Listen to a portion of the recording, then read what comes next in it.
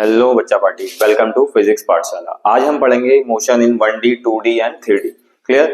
Motion in 1D, 2D, 3D पढ़ने से पहले कुछ बेसिक टर्म्स हैं, उन्हें हम समझते हैं, देन उसके बाद हम इसको आगे इलैबोरेट करेंगे। क्लियर। फर्स्ट पॉइंट है हमारे पास कि रेस्ट क्या होता है। ठीक, रेस्ट वर्ड से क्या समझते हैं?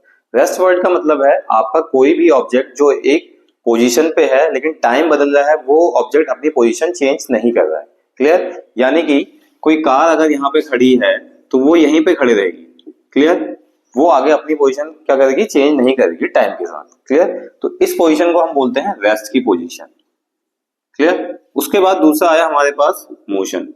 अब मोशन का मतलब है कि कोई ऐसा ऑब्जेक्ट जो टाइम के साथ अपनी पोजीशन भी चेंज करते जाए। जैसे जैसे आपका टाइम बढ़ते जाएगा, मान लीजिए ये कार है, जैसे जैसे आपका टाइम बढ़ेगा तो ये अपनी पोजीशन चेंज करके कहां पे आ जाएगा? दूसरी जगह पे आ जाएगा। ठीक, तो इसको बोलते हैं हम मोशन। क्लियर है। मोशन क्या होता है? अब देखिए एक चीज और टर्म आता है इसमें कि एक टाइम पे, इन अ सिंगल टाइम, एक ऑब्जेक्ट आपका रेस्ट पे भी हो सकता है और मोशन में भी हो सकता है। कैसे? ये हमारे देखने के नजरिए से है। क्लियर। इसका बेस्ट एग्जांपल मैं आप लोगों को बताता हूं।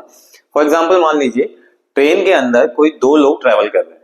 क्लियर है। और दो लोग ट्रेन के अंदर ट्रेवल कर रहे हैं और एक आदमी जो ट्रेन के बाहर खड़ा है स्टेशन पर।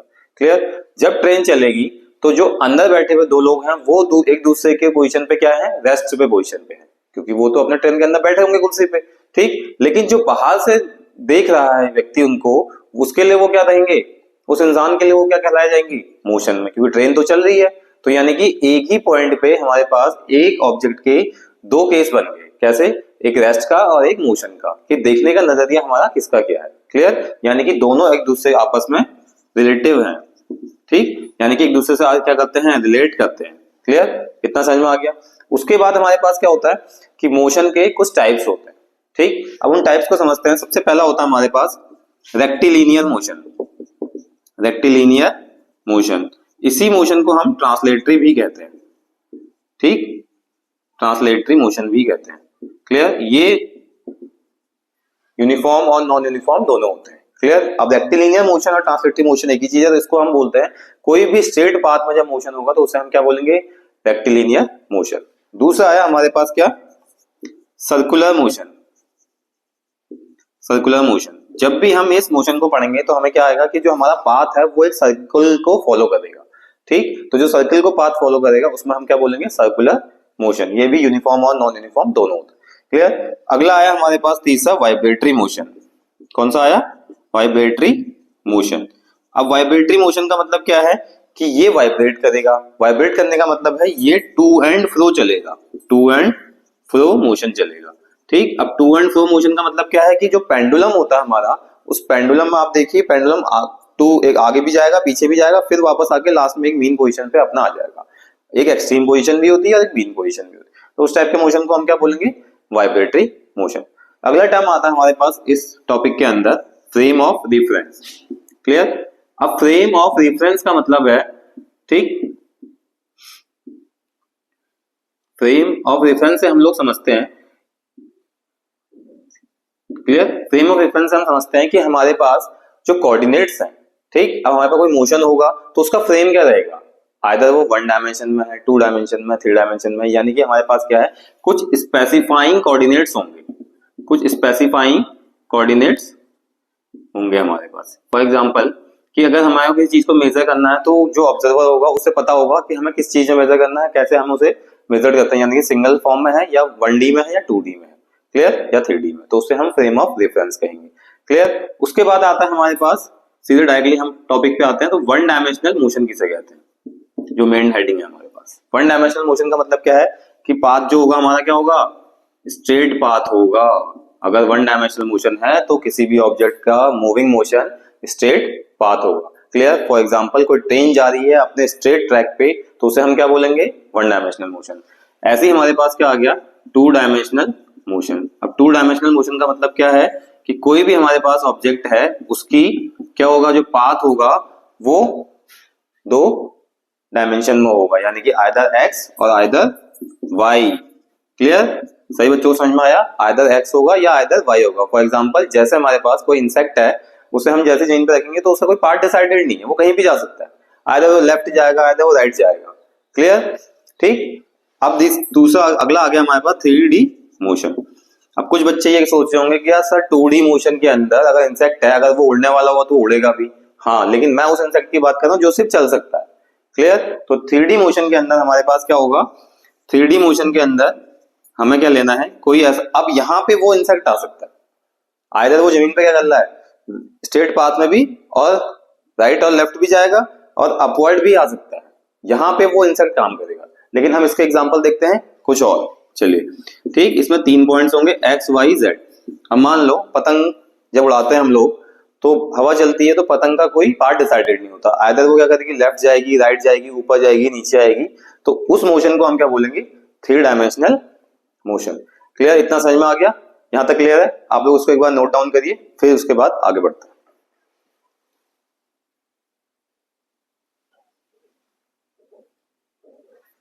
लिख लिया सब लोगों ने? अब हम इसको थोड़ा सा इरेज कर देते हैं। इरेज करने के बाद हम आपको कुछ नए टर्म्स पढ़ाते हैं। नए टर्म्स में क्या क्या है हमारे पास, कुछ इसकी इस टॉपिक से रिलेटेड कुछ जो एक्स्ट्रा पैरामीटर्स हैं जिन पे हमारे क्वेश्चंस बन सकते हैं। क्लियर?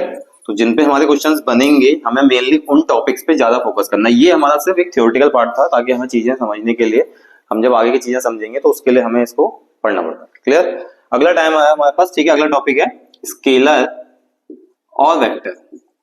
मैंने आपको पहले ही बताया था, ठीक है, कि जो क्वांटिटीज हमने पहले यूनिट्स और मेजरमेंट में पढ़ी है, ऐसे हमारे पास क्या है, 2 टाइप की क्वांटिटी होती है, आइदर एक स्केलर और एक वेक्टर क्वांटिटी। अब स्केलर क्वांटिटी का मतलब क्या होता है कि जिसका सिर्फ मैग्नीट्यूड होगा, यानी कि उसकी सिर्फ कोई एक वैल्यू होगी, कोई वैल्यू होगी लेकिन कोई डायरेक्शन नहीं होगी। क्लियर? वेक्टर क्वांटिटी में क्या आएगा, उसकी वैल्यू तो होगी लेकिन साथ में उसका क्या होगा, डायरेक्शन भी होगा। क्लियर? समझ में आया? अब देखिए, जैसे प्रेशर है हमारे पास, प्रेशर क्या क्वांटिटी है, स्केलर क्वांटिटी। अब प्रेशर कहीं को भी लग सकता है। क्लियर? कोई पर्टिकुलर डायरेक्शन नहीं डिफाइन होती है उसकी, प्रेशर। क्लियर? ऐसी वेक्टर क्वांटिटी, वेक्टर क्वांटिटी में हम क्या लेते हैं, वेलोसिटी, डिस्प्लेसमेंट, ठीक, एटसेट्रा, एक्सेलरेशन, एटसेट्रा, ये सारी हमारे पास क्या है, इसमें मैग्नीट्यूड भी है, डायरेक्शन भी है। बट कुछ एग्जाम पॉइंट ऑफ व्यू से कभी भी ये चीजें बहुत छोटी हो जाती हैं तो नहीं पूछता, इन केस कहीं पूछ लिया तो बात अलग है। क्लियर? इतना समझ में आ गया? उसके बाद हम देखते हैं कि इसके अंदर हमारे पास क्या क्या है, स्केलर वेक्टर दोनों हमने समझ लिए। अब हम देखते हैं स्पीड। पहला टर्म आया हमारे पास स्पीड। स्पीड का फॉर्मूला क्या होता है, डिस्टेंस अपॉन टाइम। यूनिट क्या होती है इसकी, मीटर पर सेकेंड। अगला क्या है, वेलोसिटी। वेलोसिटी का फॉर्मूला क्या होता है, डिस्प्लेसमेंट अपॉन टाइम। ठीक, ये क्या हो गया, मीटर पर सेकेंड। अगला क्या है, एक्सेलरेशन। क्या होगा, change in velocity upon time taken, upon क्या होगा, टाइम टेकन आ गया। क्लियर? तो इसकी यूनिट क्या हो जाएगी, मीटर पर सेकेंड स्क्वायर। डायमेंशन मैं निकालना आप लोगों को पहले ही बता दिया है। क्लियर? उसके बाद हमारे पास आ गया एवरेज स्पीड। अब एवरेज स्पीड में total distance upon total time taken. अब इसमें क्या है कि हमारे पास एवरेज स्पीड का मतलब क्या है कि अगर यहां से दिल्ली जा रहे हैं तो हमारी हर पॉइंट पे स्पीड अलग अलग रहेगी, तो हमने उसका टोटल डिस्टेंस कवर कर ली और टोटल टाइम देख ले कितने घंटे में हम दिल्ली पहुंचे, तो वहां से हमारे पास एवरेज स्पीड आएगी। इसके अंदर एक केस बनता है कि मान लीजिए इफ हमारे पास एक कार है ए और एक कार है बी। क्लियर? दोनों कारों को हमें कहां जाना है, पोजीशन कहां पे हमारी, दिल्ली। इस कार को भी कहां जाना है, दिल्ली। इतना समझ में आ गया? अब इसकी क्या है, हमारे पास डिस्टेंस बराबर होगी दोनों कार के लिए। ठीक, ये भी क्या होगी 300 किलोमीटर मान लीजिए, ये भी क्या होगी 300 किलोमीटर मान लीजिए। अब कंडीशन ये बनती है कि इन दोनों कार्स के लिए, लेकिन कंडीशन क्या है हमारे पास, इन दोनों की वेलोसिटी डिफरेंट है। डिस्टेंस तो बराबर है लेकिन वेलोसिटी डिफरेंट है। अब इसमें एवरेज स्पीड निकालनी है हमारे पास, तो एवरेज स्पीड निकालेंगे तो कैसे निकालेंगे, 2v1 v2 upon v1 plus v2। ठीक, यानी कि हमारे पास क्या होगा, दोनों की स्पीड्स हमने क्या करना है, डिफरेंट है, दोनों स्पीड्स को मल्टीप्लाई कर देना है इंटू 2 अपॉन दोनों स्पीड्स का सम कर देना है। तो यहां से हमारे पास क्या आ जाएगा, उस पूरे केस का एवरेज स्पीड आ जाएगा। इस केस पे कई बार क्वेश्चन आ जाते हैं। क्लियर। अगला आया हमारे पास इंस्टेंटेनियस। ये सब आप लोगों ने 11th में पढ़ा होगा। इंस्टेंटेनियस स्पीड कह दो या इंस्टेंटेनियस वेलोसिटी बोलो, फिर इंस्टेंटेनियस एक्सेलरेशन बोलो, तो ये सारे टर्म हमारे पास क्या है, न्यूमेरिकल्स में यूज होते हैं। इंस्टेंटेनियस स्पीड का मतलब है कि किसी पर्टिकुलर इंस्टेंट ऑफ टाइम पे क्या स्पीड रहेगी हमारी। क्लियर, इतना समझ में आ गया। इंस्टेंटेनियस स्पीड का मतलब क्या हो गया, limit delta T approaches 0 ds upon dt। Clear, या फिर इसको पहले आप बुक में लिखा होगा, यहाँ पे delta S upon delta T लिखा होगा, फिर आप ds बाई dt कर दोगे तो एक ही चीज है वो। क्लियर, यहाँ पे v इंस्टेंटेनियस कर दो, ठीक, या एस इंस्टेंटेनियस कर दो, कोई भी चीज आप ले सकते हो इसमें। ठीक है, इतना समझ में आ गया। इसके बाद देखते हैं हम कुछ नई चीजें इसके अंदर, यानी कि कुछ ग्राफ से रिलेटेड कुछ इक्वेशन ऑफ मोशन देखते हैं। इतना समझ में क्लियर है। अब इसको आप नोट डाउन करो, फिर मैं आगे आपको बता दूं।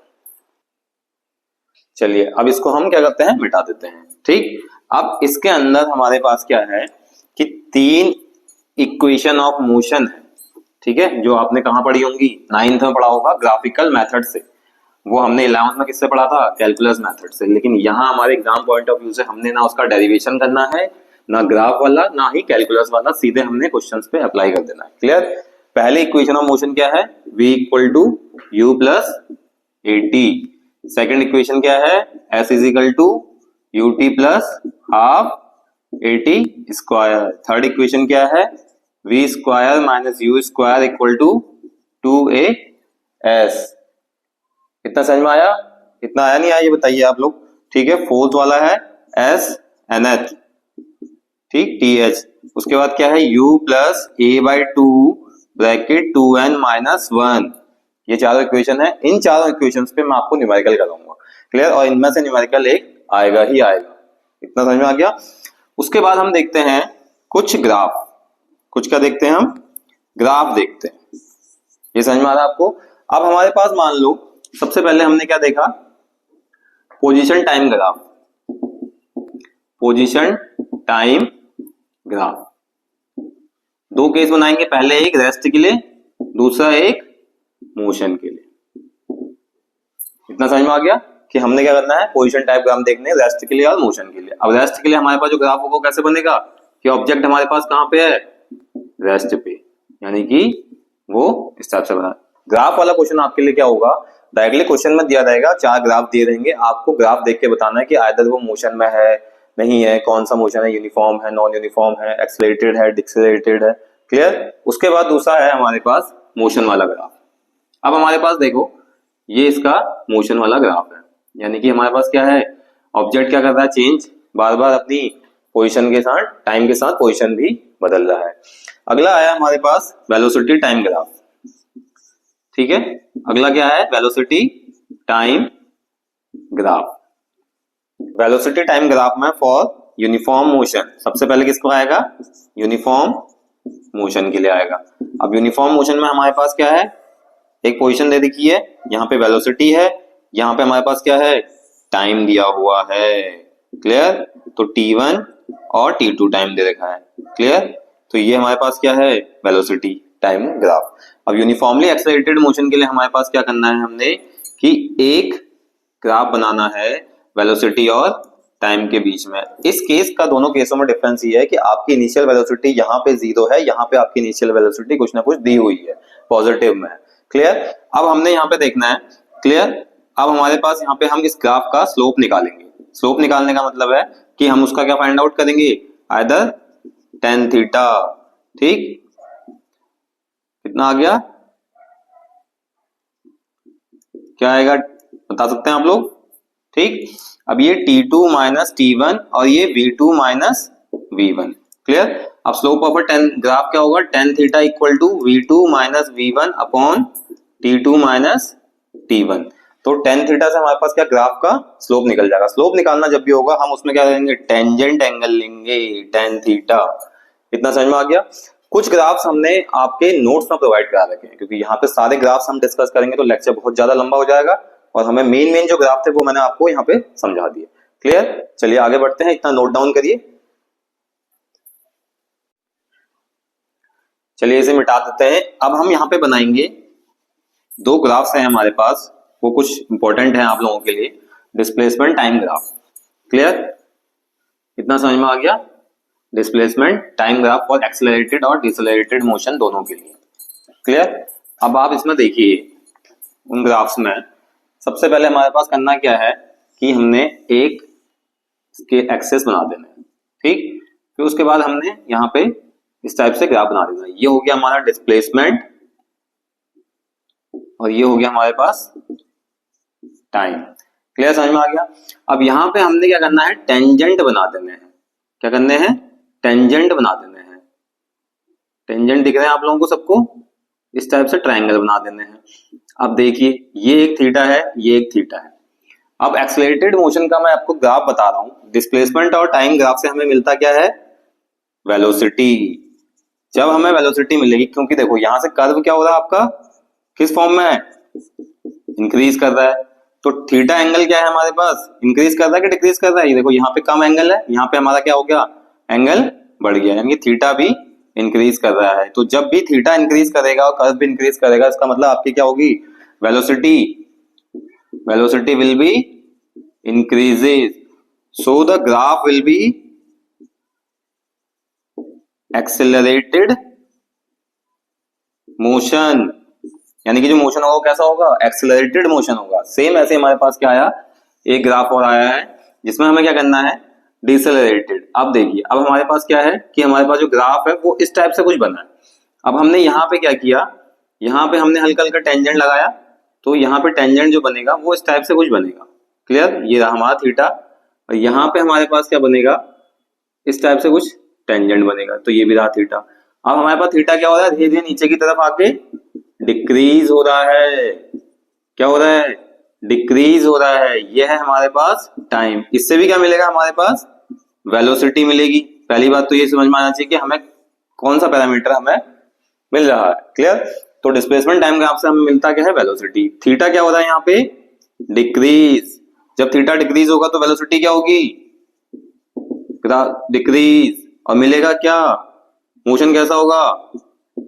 डिसेलरेटेड मोशन होगा। इतना समझ में आ गया आप लोगों को? क्लियर? अब हमारे पास कुछ इसमें है जो नया है। जो वेक्टर्स हमने पढ़े थे पहले, स्केलर और वेक्टर क्वांटिटी दो पढ़ी थी, उन स्केलर और वेक्टर क्वांटिटी को हमने क्या करना है? प्रोडक्ट, डॉट प्रोडक्ट और क्रॉस प्रोडक्ट में देखना है। ठीक? अब सबसे पहले हम इनके डायरेक्टली फॉर्मूला देख लेते हैं, क्योंकि हमारे पास इतना टाइम नहीं है, इतना एग्जाम पॉइंट ऑफ व्यू से ये इतने इंपॉर्टेंट नहीं है, सिर्फ इसके क्वेश्चन एप्लीकेशन आएंगे तो हम उसमें समझते हैं कि A vector dot B vector का फॉर्मूला क्या होता है? A B cos theta. A vector cross B vector का फॉर्मूला क्या होता है?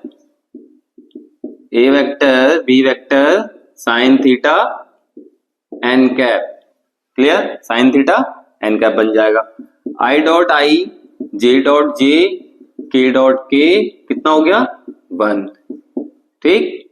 आई क्रॉस आई, जे क्रॉस जे, के क्रॉस के, इन सबके ऊपर कैप लगा लीजिए, टोपी पहना दीजिए इनको। क्लियर? आजकल सब लोग टोपी ही पहना रहे हैं। आई बात समझ में? जे डॉट जे क्रॉस के, ये आपका क्या हो गया? 0। इसको समझने के लिए हम छोटा सा अगर कोई चीज आती है आपके एग्जाम में तो हम इस सर्कल से समझ लेते हैं। ठीक? ये रहा हमारा क्लॉकवाइज डायरेक्शन में आई जे और के। आई जे करोगे तो के आ जाएगा, के डॉट आई करोगे तो जे आ जाएगा, जे डॉट के करोगे तो आई आ जाएगा। क्लियर? उल्टा करोगे रिवर्स में तो नेगेटिव साइन आ जाएगा। कितना समझ में आ गया? डॉट प्रोडक्ट निकालने के लिए हम क्या करते हैं? उनके मैग्नीट्यूड से फॉर्मूला से कर देते हैं। तो ए वेक्टर डॉट बी वेक्टर निकालने के लिए हमारा फॉर्मूला क्या है? a1 a2 b1 b2 plus c1 c2। अब ए वेक्टर क्रॉस बी वेक्टर निकालने के लिए हम क्या करेंगे? इस तरह से डिटरमिनेंट बना लेंगे, आई जे के लिख लेंगे, a1 b1 c1 a2 b2 और c2। इसको सॉल्व करना मैथ्स वालों को इजीली आता होगा। जिनको नहीं आता है वो आप लोग यहाँ पे देखिए, इसमें करना क्या होता है। ठीक? इसमें आपको करना क्या है कि आपने सीधे सीधे पहले आई ले लेना है। आई लेने के बाद ये वाली दो को छुपा के इस वाली दो से b1 c2 minus b2 c1, फिर माइनस जे कर दो आप। ठीक, जे को छुपा देना, A1 A2 और C1 C2 रहेगा, तो A1 C2 minus A2 C1 ये रहेगा, प्लस के कैप में क्या करेंगे हम, A1 B2 minus B1 A2। तो ये हमारे पास क्या आ गया इसका सॉल्व करने का तरीका। क्लियर है? आप लोग इसको थोड़ा सा नोट करिए, फिर मैं आपको इसके बाद एक मोशन बचेगा हमारे पास प्रोजेक्टाइल वाला, वो प्रोजेक्टाइल बताते हैं। चलिए इसको मिटाते हैं। अब इसके बाद देखते हैं प्रोजेक्टाइल मोशन। प्रोजेक्टाइल मोशन में हमें टू डायमेंशनल मोशन के अंदर कंसिडर करते हैं इसको। टू डायमेंशनल मोशन के अंदर इसमें डायरेक्टली हम लोग कोई डेरिवेशन नहीं करेंगे, सिर्फ डायरेक्टली इसका एक फॉर्मूले देखेंगे जो जो हमारे फॉर्मूले इसमें यूज होता है सबसे पहले। ठीक है, प्रोजेक्टाइल मोशन में हमारे पास क्या है, इस मोशन के अंदर सबसे पहली बात कि ये टू डायमेंशनल मोशन है। टू डायमेंशनल मोशन होने के साथ साथ ये हमें क्या बताएगा, क्या बताएगा आप लोग बताओ। ठीक, ये मैं इसमें एक फिगर बना रहा हूँ। मान लो प्रोजेक्टाइल मोशन का मतलब कहने जैसे हमारे पास एग्जांपल कहने के लिए, जब हम जेवलिन थ्रो करते हैं तो एक इनिशियल पोजीशन से पूरे अपवर्ड होके किसकी तरफ, फॉरवर्ड की तरफ को हम फेंकते हैं। जेवलिन सबने देखा होगा फिगर, नीरज चोपड़ा जिसमें गोल्ड मेडल लेके आया था, तो वो जो जेवलिन फेंका गया था वो किस मोशन में आता है, आपका प्रोजेक्टाइल मोशन के अंदर। अब इसके अंदर देखते हैं, ये इसकी हो गई रेंज कि ये कितने, ये हो गया इसका एंगल। अब जब हॉरिजॉन्टल कंपोनेंट में लेंगे तो u cos theta, initial velocity कितनी हो जाएगी इसकी u, और जब ये वर्टिकल में लेंगे तो u sin थीटा हो जाएगा, ये h max। ठीक, यहां तक के टाइम को बोलेंगे हम टाइम ऑफ एसेंट, ASCENT। यहां के टाइम को बोलेंगे टाइम ऑफ डिसेंट, DSCENT। अब इसका जो पाथ होगा, जो ट्रेजेक्ट्री बनेगी हमारी, ठीक है, ट्रेजेक्ट्री बनेगी, वो कैसे बनेगी, पैराबोलिक। पैराबोलिक जो हमने पैराबोला कहाँ 11th क्लास में पढ़ा था। ठीक, इक्वेशन ऑफ ट्रेजेक्ट्री क्या होगी, y equal to x tan theta minus कितना आएगा बताइए आप लोग, g upon 2u square cos square theta x square. Clear? तो ये बनेगी हमारी किसकी, पाथ ऑफ अ ट्रेजेक्ट्री। ठीक, उसके बाद tm जो हमारा क्या होगा, मैक्सिमम हाइट अटेन करने तक टाइम ऑफ एसेंट बनेगा u साइन थीटा बाई जी। ठीक, अब एक फॉर्मूला हमारे पास आएगा जब हम इनिशियल से लेके फाइनल पोजीशन तक का पूरा टाइम लेंगे, जिसे हम क्या बोलेंगे, टाइम ऑफ फ्लाइट। तो वो कितना हो जाएगा, 2u sine theta by g, time of flight. इसके अंदर हमारे पास क्या आ गया बताइए, क्या क्या आ गया, टाइम ऑफ एसेंट और टाइम ऑफ डिसेंट, या फिर time of flight equal to 2 times of time of ascent या फिर time of descent. Clear? Time of flight निकल जाएगा। अब यहाँ पे मैक्सिमम हाइट किससे निकलेगी, h max is equal to u square sine square theta upon 2g। Clear? ये आ गया हमारे पास। अगला हमारे पास आएगा कि इसकी रेंज क्या होती है, रेंज किससे निकलती है। ठीक, अब रेंज निकालने के लिए हम लोग क्या करेंगे, रेंज के लिए हमारे पास है r equal to u square sine 2 theta upon G. ठीक, अब साइन 2 थीटा को हम क्या करेंगे, अगर फॉर्मूला हमने ब्रेक भी करना है तो 2 साइन थीटा कॉस थीटा से हम यहाँ पे वैल्यू कैलकुलेट कर देंगे। अब हमें आर मैक्स निकालना कि कितना हम एंगल अप्रोच कर रहे हैं कि हमारा जो रेंज आए वो मैक्सिमम आए, कम ना आए। ठीक, तो R max equal to U square by G, ये उसका फॉर्मूला होता है when theta equal to 45 degree. तो जब भी हम किसी ऑब्जेक्ट को थ्रो करेंगे पैराबोलिक पाथ को फॉलो करते हुए, तो हमारे पास थीटा इक्वल टू 45 डिग्री का एंगल बनना चाहिए। इतना समझ में आ गया? ये रही हमारे पास इक्वेशन ऑफ ट्रेजेक्ट्री, ये रहा हमारे पास टाइम ऑफ एसेंट, ये है टाइम ऑफ फ्लाइट, ये है हमारे पास मैक्सिमम हाइट, ये है हमारे पास रेंज, ये है मैक्सिमम रेंज। तो ऐसे करके हमने क्या बड़ा प्रोजेक्टाइल मोशन को डिस्क्राइब कर दिया। इसके बेसिस पे हमें न्यूमेरिकल आने चाहिए, हमें इसके बेसिस पे क्या करना पड़ेगा, न्यूमेरिकल सॉल्व करने पड़ेंगे, जो हमारे एग्जाम पॉइंट ऑफ व्यू से बहुत ज्यादा काम के। क्लियर? तो आज के लिए हम इस लेक्चर को यहीं पे एंड करते हैं। कल हम इसके बाद इसके न्यूमेरिकल्स करेंगे। जो न्यूमेरिकल्स का वीडियो अपलोड होगा आप लोगों के लिए, वो दूसरे लेक्चर्स में हम आपको सिर्फ इस 1D 2D और 3D के न्यूमेरिकल्स कराएंगे। क्लियर? Thank you.